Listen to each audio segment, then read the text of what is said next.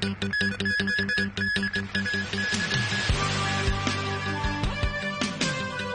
Syrian conflict dominates the G20 summit in Russia.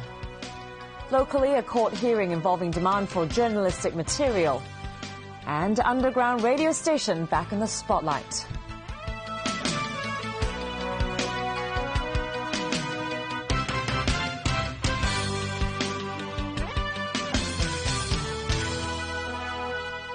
Good evening. World leaders are gathering in Russia for the G20 summit, in which Syria's brutal civil war is likely to dominate the agenda. On the one hand, host Russia will try to convince G20 members of the folly of a punitive strike on Syria. On the other side of the fence, the United States will be lobbying hard that Damascus has to be punished over the use of chemical weapons. On paper, the G20 summit in Russia this week, featuring the world's most advanced and up-and-coming countries, is supposed to focus on the world economy. But in reality, Syria and the pros and cons of a punitive strike over the use of chemical weapons last month will dominate the agenda. Today, Russian President Vladimir Putin, who's playing host, met his Chinese counterpart Xi Jinping, very likely discussing ways to counter American moves on Syria. Beijing and Moscow have made it clear that any attack without the clear backing of the United Nations Security Council would violate international norms and make a messy situation even worse. On the other side is US President Barack Obama, who says the evidence clearly shows chemical weapons were used to kill hundreds of civilians, and it was the Syrian regime that used them. So while Putin will try to do everything possible to stall an American-led attack, Obama will use the G20 meeting to convince a cautious world that hitting the regime of Syrian President Bashar al-Assad is morally just. Obama and Putin will not be meeting on the sidelines of the summit, given their sharp disagreements over Syria, plus the fallout from the Edward Snowden saga. But speaking in Sweden before arriving in St. Petersburg, Obama held out hope Putin might change his mind. I'm always hopeful, and I will continue to engage him. Because I think that international action would be much more effective, and ultimately we can end deaths much more rapidly if Russia takes a different approach to these problems. It's not just world leaders at the G20. NGOs are there too. They think military action will do nothing for Syria's 2 million plus refugees. If they can come together to bring the parties who are fighting in Syria to the negotiating table, set a date for the Geneva Peace Conference, and most importantly, push them into an immediate ceasefire, then the G20 will be able to really have achieved something. But with the differences between Washington and Moscow so stark, a negotiated peace seems unlikely anytime soon. Lawmakers in the US and France, two countries in favor of military action, have debated the use of force in Syria. The US Senate Foreign Relations Committee yesterday approved a resolution authorizing limited military intervention in Syria. Alan Bookneer has that story. I move to vote on passage of the resolution. Is there a second? With a vote of 10-7, the Senate committee came out in favor of President Barack Obama's plan for a military strike in retaliation to a deadly sarin gas attack last month that the administration blames on Syrian President Bashar al-Assad. The compromise solution sets a 60-day limit on engagement and bars the use of U.S. troops on the ground. It sets the stage for a debate in the full Senate next week. Meanwhile, U.S. Secretary of State John Kerry and Defense Secretary Chuck Hagel went before Congress for a second day in an effort to convince them of the need for Obama's action plan. The world is watching, and the world is wondering not whether Assad's regime actually did this. I think that fact is now beyond question. The world is wondering whether the United States of America is going to consent through silence to stand aside while this kind of brutality is allowed to happen without consequence. A refusal to act would undermine the credibility of America's other security commitments, including the President's commitment to prevent Iran from acquiring a nuclear weapon. Ne pas réagir. In France, Prime Minister Jean-Marc Ayrault addressed the National Assembly, trying to make a case for a French military response. But the decision on whether to launch airstrikes was not put to a vote. Under the French Constitution, President François Hollande doesn't need approval for taking action, but he's under pressure from opposition lawmakers to secure one. And in Geneva, top officials from 4 nations harboring 2 million Syrian refugees issued a joint statement saying they badly need outside help to care for those who fled the violence. There are calls for a political solution to the crisis. We are facing the dramatic escalation of the Syrian conflict, namely with the use of chemical weapons. We strongly appeal to the international community to overcome existing differences and come together to stop the fighting. He described the response from the international community so far as frustrating. Alan Brookniak, TVB News. Here in Hong Kong, the High Court has dismissed the ICAC's application for commercial radio to hand over journalistic material relating to Liu Meng Hong, a former supporter of Chief Executive Leung Chun-ying. The anti-graft body is also seeking material from another media organisation, and that hearing has been adjourned. Stephanie Choi reports. The material the ICAC demanded from commercial radio and Eyes on Affairs relates to interviews given by Liu Meng Hong claiming political persecution by Chief Executive Leung Chun-ying after their relationship soured. Having charged Liu with perverting the course of justice, the anti-graft body applied for a production order in court, targeting the radio station and the magazine. But High Court Judge Thomas Au pointed out today that commercial radio produced an affidavit on Tuesday to confirm that what is on the radio station's website is the interview in its entirety. The judge therefore dismissed the order. The lawyer representing Eyes on Affairs Weekly said in court that they have no legal obligation to help in a criminal investigation. The magazine has asked to see details of the ICAC's application to understand the reasons behind its demand for journalistic material. Although the anti-graft body objected to that, the magazine has pledged not to reveal the content of the application or to use it for any other purposes. The ICAC has agreed to hand over 4 paragraphs of its production order application to Eyes on Affairs Weekly tomorrow.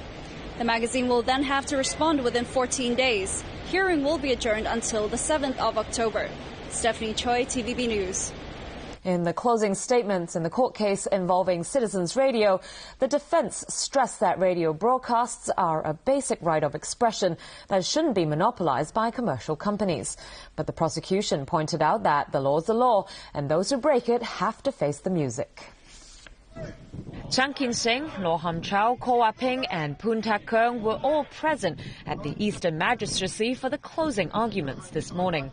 Along with Ocean Technology Limited, the 4 faced more than 40 counts of conspiracy to establish and establishing a means of telecommunications without a license, as well as delivering messages for transmission by unlicensed means of telecommunications. The case surrounds live broadcast events by the underground Citizens Radio, held in public areas in Causeway Bay and Mong Kok between April 2007 and November 2011. The prosecution said to protect the city's aviation and emergency services, licensing must be put in place, and those who violate the regulations will have to bear the consequences. But the defence raised overseas examples, asking why it's possible for other cities to have dozens of radio stations that have been broadcasting for decades, yet Hong Kong still cites technical concerns as a reason to restrict people from the right to express themselves. The defence also questioned the constitutionality of the charges, accusing the government of creating a monopoly over the airwaves and claiming frequencies are a limited resource, while Hong Kong still shares half of its frequencies with the mainland. And the defence called into question evidence submitted by the prosecution, saying that it has shown no concrete proof that Citizens Radio broadcasts interfered with the Civil Aviation Department's operations. Tomorrow, the prosecution will present video footage recorded at the public events held by Citizens Radio. Cathay Pacific Airways says it has filed a formal objection to an application by budget airline Jetstar Hong Kong to operate here. Cathay said in a statement that granting a license to Jetstar Hong Kong would be against the basic law because Hong Kong is not its principal place of business. Cathay pointed out that the budget airline is a franchise of Jetstar in Australia and that management control would rest in Australia with Jetstar and its parent, Qantas Airways. And Hong Kong's flagship carrier warned approval of the application would set a dangerous precedent in giving air traffic rights to a company controlled by a foreign airline. Last month, aviation authorities gazetted Jetstar Hong Kong's application. Those that are against it can raise objections within 14 days of the announcement. Well, local tourism officials say the Kai Tak cruise terminal will be ready to welcome more passengers next month after a string of teething problems were reported at its opening. One of those problems was a lack of transport to the city, but the Tourism Commission says it's come up with solutions. Jonathan Silva reports. The new Kai Tak cruise terminal had a bumpy start in June when the first batch of tourists disembarking there struggled to find transportation to the city, a situation the Tourism Commission promises will not happen again. When another round of ships are visiting Hong Kong, the transport arrangements would be further improved in that we will have better communications with the taxi trade. We will have better coordination of free or paid shuttle buses. We will introduce the new green minibus standing service. But that wasn't the only problem the terminal faced when it opened. Rainwater leakage problems are also being fixed, according to officials. As for the low number of bookings, with only 32 ships coming into port from October until the end of next year, the Commission is putting extra effort into promoting the cruise industry. Between the 20th and the 23rd of September, it will organize, along with the Travel Industry Council and the Tourism Board, Hong Kong's first ever cruise holiday expo, which will take place at the terminal. The venue has already been used to stage a couple of car shows. And Jeff Bent, a managing director of Taiwan International Ports, says it will use the venue to stage exhibitions as well. The terminal's operators have signed a memorandum to attract more cruise ships between Hong Kong and Taiwan. Juan da Silva, TVB News.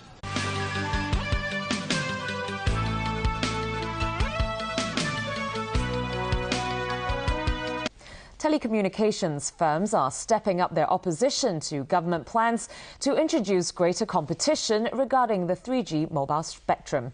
Vicky Kung has the story. Having trouble with hearing what your friend has to say on the MTR? A UK-based consultant hired by current 3G service providers warned the situation could worsen by 2016. On the MTR, there is a risk of complete breakdown of communications at various times, including voice communication through 3G. That's pretty serious. The consultant also claimed overall service quality will go down by more than 25% if the government takes back 1/3 of the existing 3G mobile spectrum and has it auctioned off. That's a far worse picture than what the government has painted. A typical YouTube video could be 44 seconds longer. That might have only taken 2 minutes to download previously. The consultant also believes the government could save $3.2 billion if it opts to simply renew the licenses with current 3G operators. It says forcing 3G users to switch to and buy 4G smartphones would result in the increased cost. But the analysis does not take into account the possibility of 3G users switching to 4G because of existing problems.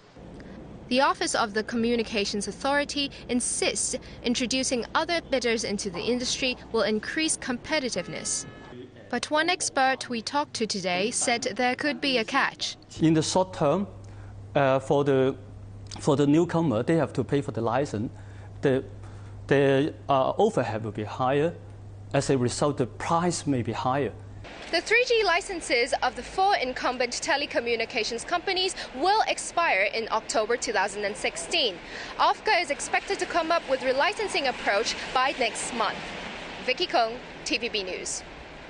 The Foreign Ministry in Beijing will seek clarity through diplomatic channels from the Philippines about the concerns of the families of the victims of the Manila hostage crisis. That's according to a senior Beijing official who spoke to Secretary for Security Lai Tung-kwok during his visit to the capital. Jenny Lam reports. Lai Tung-kwok wrapped up a 4-day visit to the capital this afternoon. He said Vice Foreign Minister Xie Hangshang told him during a visit that he sympathized with the families of victims of the Manila hostage crisis in 2010 and will seek answers from the Philippines through diplomatic channels as soon as possible. The families want a formal apology and compensation, hold certain Philippine officials responsible, as well as measures to ensure the safety of Hong Kong travellers there. The SAR government, Lai added, will also communicate with the Philippine consulate in Hong Kong to try to conclude the matter as soon as possible. And the security chief denied that comments on the rule of law made by officials at the Hong Kong and Macau Affairs Office during his visit was meant as a warning against Occupy Central. Commissioner of Police Andy Zhang, who also visited Beijing, was asked if police officers can join the Occupy Central movement. He said although officers have their civil and political rights, they are also bound by regulations within the force. Jenny Lam, TVB News. A mainland official who was snapped smiling at the scene of a fatal traffic accident was sent to 14 years in jail after being found guilty of bribery charges and holding property he couldn't account for. Yang De-tai was sentenced at the Xi'an Intermediate People's Court. His downfall was triggered by the notorious smiling photo of him at the accident scene in August last year, which triggered a public outcry. More pictures of him circulated online, highlighting his lavish taste in watches and luxury goods, and authorities later opened an investigation into him. Well, staying on the mainland, and a 5-year-old boy has become the youngest person on record to fly an airplane. But that's not without controversy. He Yi-de, who's known by the nickname Duo Duo, trained for 20 days at a flying club in Hebei province. He was barely tall enough to reach the plane's pedals. He was accompanied on the flight by a flying instructor. Duo Duo and his father have been figures of controversy because of some other public stunts. When he was 4, the father led the son up Japan's Mount Fuji and had him sail a boat all by himself. But it was a video of Duo Duo running nearly naked in the snow while on holiday in New York that set off a storm of controversy. The video went viral and had people questioning whether the father was teaching toughness or just being abusive. And back overseas now, Mexican President Enrique Peña Nieto has become the latest leader to speak out against revelations of spying activity by the U.S. National Security Agency. He called on Washington to investigate allegations made on a Brazilian news network that the NSA monitored Peña Nieto's communications before he became Mexican president. He said if proven true, it would be an illegal act. He also said he might raise the issue with his American counterpart, Barack Obama, at the G20 summit. And finally for tonight, a ceremony was held in Bolivia for an indigenous farmer who claims to be the oldest person to have ever lived. Camilo Flores says he has a baptism certificate that lists his birthday as July 16th, 1890, which would make him 123 years old. Bolivia didn't start issuing birth certificates until 1940. The Guinness World Records lists a woman in France who died in 1997 as the oldest person ever at 122 years. Guinness hasn't commented on Flores. Flores is still strong enough to take daily walks in shoes made of recycled tires. He attributes his longevity to the traditional Andean mountain diet of grains, mushrooms, and coca leaves. Maybe we should try that out too. Yes. Sounds delicious. Congrats to him. That's the news for tonight. Thanks for watching. Good night.